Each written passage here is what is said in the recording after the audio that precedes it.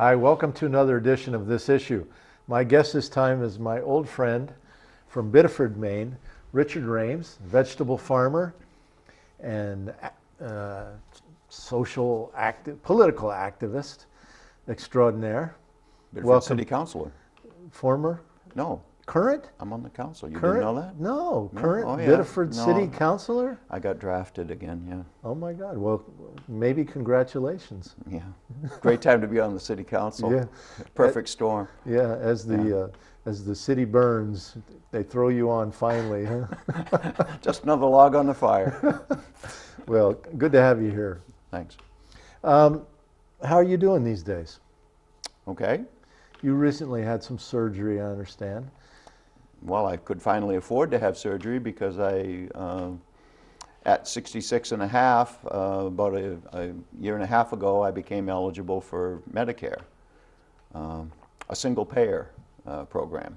Prior to that, my wife and I, we really haven't had doctors or any health care, so, you know, if something really major came up, we'd kind of limp to the emergency room, but then you're covered with the mantle of so-called charity care, and it's demeaning, so basically we toughed it out. Yeah, so I get Medicare, and after about a year, I finally got a doctor, because I didn't have a doctor before, and they discovered a problem, so I had surgery. And so Medicare covered the cost? Yeah, yeah. There are small co-pays associated with Medicare, and I wound up, because both my wife and I are collecting Social Security now, not much, but anyway, so I got a Medigap policy, so I'm paying $160 a month for that, and $100 a month for the Part B on Medicare. But it's a fee-for-service thing. Under Medicare, I don't know if you exactly get Dick Cheney treatment, but it's not demeaning, and you get to choose your doctor, and what the doctor says is what you get. You don't have to negotiate with an insurance company to see if you're covered for this, that, or the other thing. So it's pretty humane. It's a relatively civilized program. Unfortunately, it's age restricted. And it's also now under attack. Of course it's under attack. It's a humane and civilized institution, and all humane and civilized institutions are under attack now. We're rolling back the 20th century, in case you missed it. I have noticed. Yeah, they're not making a secret about it. Yeah, no, Yeah. Speaking of which, our own Governor LePage, Yes. he has been making extraordinary efforts to dismantle social progress in our state of Maine, including trying to whittle away at Maine Care. Why don't you comment on that? Well, he actually did successfully whittle away, not quite as much as he wanted, and all during his onslaught, the Democratic caucus was, and the Maine Municipal Association and others were saying, those numbers don't seem right. Are you sure those numbers are right? And it turns out the numbers weren't right. But anyway, he got a bunch of people thrown off the Maine Care rolls. Maine Care, it's Francis Fox Piven used to say that programs for the poor are poor programs, and Medicaid or Maine Care is a poor program. And a lot of doctors, refuse to take Maine Care or Medicaid because it patients because it doesn't pay enough, right? They complain some about Medicare, but not as much as the Maine Care. And this is with the federal government picking up 2/3 of the cost of Medicaid. So essentially, what LePage was doing in going after Medicaid and trying to savagely cut the rolls is he was basically turning his nose up at the millions of dollars that would have come into the state from the federal government to take care of poor people and children. And I would also point out that under Medicaid, unlike Medicare, the prescription drug benefit under Medicaid allows for negotiation with the drug company. So drugs are available under the Medicaid program at less than what you can get them for under Social Security. But Medicaid is under assault in most of the states. That's one of the many problems with this PPACA, the Patient Protection and Affordable Care Act, that's in front of the Supreme Court right now. That's the Obamacare. The so-called Obamacare. Because it foresees expanding Medicaid and supposedly covering more people under Medicaid. But Medicaid is a largely failing program because it relies on the states to fund some of the cost, roughly a third of it. And the states are trying to shed that. They don't want to spend money on poor people. Yeah. They want to give money to rich people. Yeah. You know, Tax cuts. tax cuts, outright subsidies, because, you know, the rich, the 1%, are the ones who underwrite the political class. Now let's talk about Maine again, and let's talk about the across-the-board effort to destroy social progress in Maine. How do you grade the opposition party, the Democrats, in Augusta? How are they doing in terms of holding the line against LePage's onslaught? Well, the Democrats have been in trouble for a very long time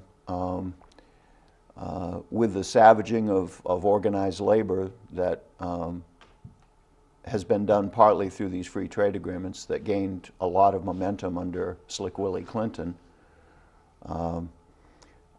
Basically, the labor movement has been hollowed out, and the labor movement and poor people's movements were basically what put the spine, what little spine the Democratic Party ever had. It was put there by these groups that were constituencies for the Democratic Party. You do away with labor, with a powerful labor movement, and you do away with and you make poor people even more downwardly mobile and take away any hope that they may be able to organize for a better life. And you basically, you destroy the constituencies of the Democratic Party. And then you had Baldacci elected, who basically functioned at the state level like Bill Clinton functioned at the national level. I think we've talked about that on previous shows. Basically, Baldacci said, no broad-based taxes. We can't tax the rich. We won't tax the rich. And much of what LePage is now doing, the stage was set by Baldacci and the Democrats who went along with Baldacci. And we see the same thing at the national level, Sure, with the Democrats as well in the Congress. Sure. Well, Clinton set the stage for Bush. You know, he went after. Let's remember. I mean, it was Clinton's administration that basically deregulated the financial industry and set the stage for this predatory financialization, which led to the housing bubble and the derivatives trade and all of that, and set the stage for the crash in 2007, 2008. That was Bill Clinton and his boys that did that. And Bill Clinton famously, he would have gotten rid of Social Security if he could, but, you know, Monica and the cigar and everything kind of got in the way. But he was having the cards printed up, organizing the numbers for private accounts for Social Security. It's just, like I say, the whole thing blew up because he got caught dallying with Monica. Good for Monica. She saved us, at least for temporarily. But anyway, what Bill did manage to do was to get rid of the a social justice program stemming from the New Deal, AFDC, the Aid to Families with Dependent Children. Sometimes called welfare reform. That was called welfare reform. I always called it welfare deform. And they instituted this so-called temporary assistance to needy families, or TANF. Maine was one of only 2 or 3 states that allowed people to get public assistance beyond a 5-year time limit. The LePage boys have basically taken that away. So now towns and cities are going to have to grapple with what to do about poor people who have no visible means of support, many of whom are disabled, who formerly could qualify for some small pittance under the TANF program. Now these lifetime limits are kicking in, and the push will be to basically go to the towns for housing assistance and medical care and all this other stuff. In recent days, we've read that 10 mayors of the leading cities in the state, led by Michael Brennan in Portland and Karen Heck in Waterville and some others, have got together and are creating sort of a coalition of these mayors to fight against these LePage cuts. Yeah. Well, one of the ways that they're fighting, the mayor of Biddeford, Alan Cassavant, who's also in the legislature, he has a bill in, I think co-sponsored by Tom Saviello, which would basically outright deny the ability of people who are thrown off the TANF rolls to qualify for general assistance. There was a Press Herald article about a week ago where all of the other mayors were basically talking about the perfect storm, the cluster coitus that was going to descend on poor people as a result of what LePage and the R's and the D's are doing up in Augusta. Cassavant was quoted in the paper basically talking about the mill rate. And I mean, What does all that mean? It means that the idea is an old one. Began certainly under Reagan, and it's been in force now for the last 20 or 30 years. You basically eliminate progressive taxation, lower income tax rates, do tax cuts for the wealthy, and force the costs of society further down. The federal government cuts programs, which they can tax corporations, and they have a greater power to tax, tariffs, all kinds of stuff. You cut programs at the federal level and you push it down to the states. Then the states say, oh, we got to cut state taxes because it's offending our rich citizens. And they shift the stuff down to the locals. And when you get it down to the locals, you basically got the property tax. That's the only way the locals can raise money. And who wants to have their property taxes raised, right? Well, I mean, it's less regressive than people say it is. Certainly in Biddeford. I mean, you got most of the coastal areas have now shifted over. You got wealthy out-of-staters who have bought up anything that has an ocean view, a water view. They paid cash for these things, and they a lot of times tear down the shacks that are there and put up these, McMansions and so forth. I mean, these people don't get me started. These folks can afford to pay the property tax levies, but there's a lot of resistance to raising property taxes at the local level.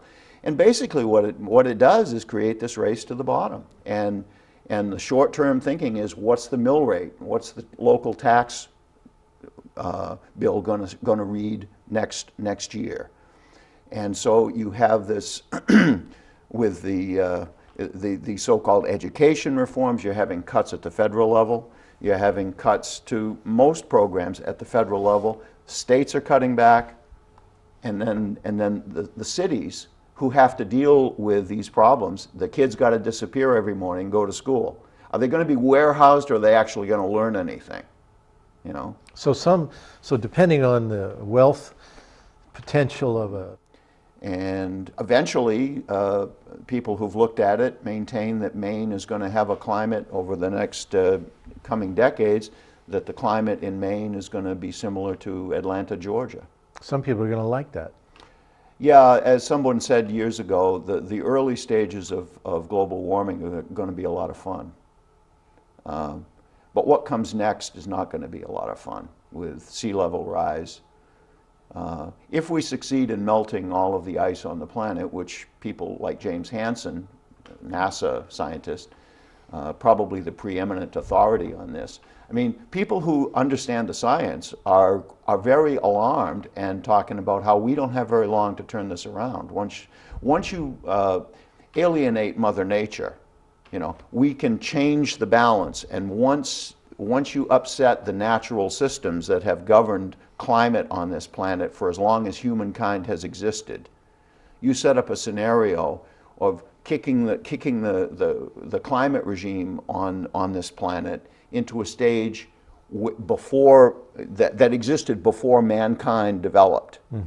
And that's not a good thing. You would think that with our virtually no snow this winter here in Maine, that our governor and other deniers across the state would look at the reality of this winter, the skiing industry, the snowmobiling industry, ice fishing, I mean, you name it, go down the list, and they're all devastated. You think they'd come around? Well, you know, people get their ideas and their attitudes from the media. I mean, let's make the distinction between weather and climate, okay? And it's hard sometimes to take the long view, and certainly the economic interest in this country, the people who sell the snowmobiles, the people who sell the automobiles, and the automobile, I mean, watch a weather forecast. It's all car companies that advertise, okay? And one of the main drivers of climate change is the car culture. Well, you're not going to have, I mean, try to find somebody who presents a climate change context for some of these extreme weather events on your evening news and weather. Yeah. Doesn't happen. Yeah. Can't. The car companies would pull their commercials. So, you know, this thing is kind of going on, but nobody wants to really acknowledge it. And if people did acknowledge it, they'd have to accept that maybe things have to change. People don't want to change. We haven't had a chance to talk about the Occupy movement before. Please share your thoughts about Occupy and what you think will happen this coming spring and summer with it. I don't know. I mean, the great service that the Occupy folks did was they allowed a kind of a rhetorical device to enter the political discussion, this whole business about 99% and 1%.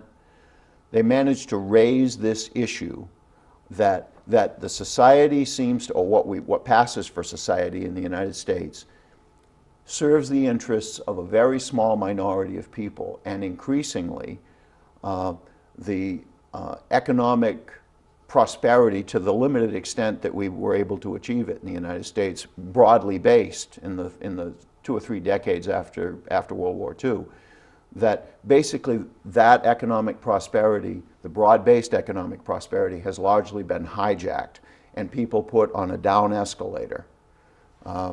The Bureau of Labor Statistics in Washington just came out with a projection for the categories of employment that are likely over the next 20 or 30 years.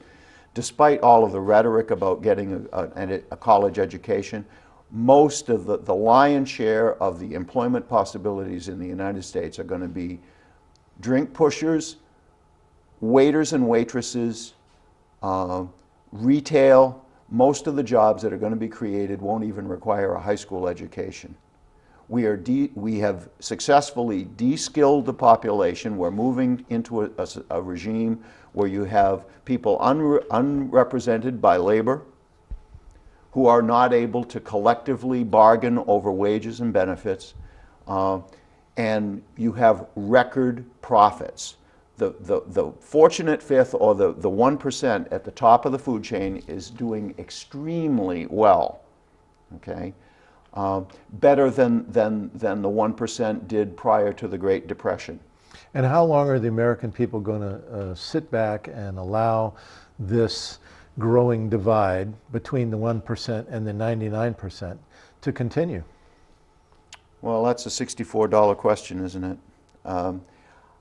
William Greeter, in his book 20 years ago called Who Will Tell the People, he talked about the importance of mediating institutions, that atomized people, atomized citizens, have very little ability to change the way the world works. What does that mean, atomized citizens? It means people alone. Isolated. Isolated, sitting at home, watching Fox News, watching Dancing with the Stars. Or this issue. Or this issue. Yeah. Yeah. Well, you say at the end of the show, don't just watch TV, you know, organize, right? Right. But without political parties that are robust, that actually represent people's interests, without organized labor, without the ability for working people to get together, to work out an agenda, people are adrift, and they're subject to this fantasy world that the media class spins out, that it's about character, that we should disparage political organization. We should disparage organization, period. We ought to wait for the white knight to come in and save us. It's all about personalities and character. Wouldn't you call this kind of a corporate mental colonization of the people, that they've essentially occupied the minds of the public, colonized their thinking? To a great extent. I think people, Chomsky's been saying for years, people are not stupid. People kind of get it. The question is, what the hell do you do about it? And I think so what is the solution? What is the positive direction that people can go to? Well, people are going to have to get together and figure that out. You can't do it in a chat room, You can't do it twitting, Twitting is for twits, all right? So you mean we got to get together and we got to meet people to people? You actually got to get out of your living room. And talk to each other. You got to get out there in public and make noise and articulate what's going on. People kind of get it, and that's but what do they do about it? But that's why the Occupy movement has, I think, been a good thing, That's right? The Occupy stuff was good at raising the issue, okay? The question is, okay, now what? Well, the real question is this: do the American people have any passion left in their bones? Yeah. I mean, people get weepy over Dancing with the Stars. I mean, people want to know about J-Lo, okay? There is this kind of surrogate life that people live. What's on sale at Walmart? Can I get some jeans at Levinsky's, What kind of car? Oh, I want that, We have hollowed out society and made it and changed the citizenry into consumers. And that's the way, to a great extent, people see themselves. That way lies madness, disempowerment, and a serf-like existence without any noblesse oblige from the guy, the lord in the manor. It's a dark world that we're moving into for however much longer we've got. And it seems to me that people are not grappling with the seriousness of the situation in any meaningful way. On the other hand, I would say all society's institutions are rotten. So where the heck do you start? You don't, but like I say, you got to get together with other people and figure it out, And that's work. And that's work. And that might put you in conflict. It will. With your boss. It gets unpleasant. And people don't necessarily want to be in that situation because we've been taught to avoid conflict. By who? But the corporate. Well, if you're in conflict with your boss, it's not a good situation. That's why labor organizations sprang up. You against your boss, it's grotesquely unequal relationship. It's basically it's not a fair unequal fight. combat, right? It's a like fair Danny fight. DeVito against Arnold Schwarzenegger, without the snappy repartee. Yeah, right. Well, but so I think you're right. I think you lay out the diagnosis, and you also lay out the prescription for success. We've got to get together. We've got to talk to each other. We've got to organize together, work together, and really that's the solution. And the question is, the open question is, are the American people ready to do it? Well, I think increasingly they're going to have no choice but to do something, whether or not it's going to be the right thing. Right now you look at the Republican candidates for president, and they're selling snake oil, and apparently there are people who are willing to buy it. Okay. Well, we got to go, but thank you, Richard, for coming on the show. Thanks for having me. And thank you for watching another edition of This Issue. Until next time, good luck to you all, and please get organized.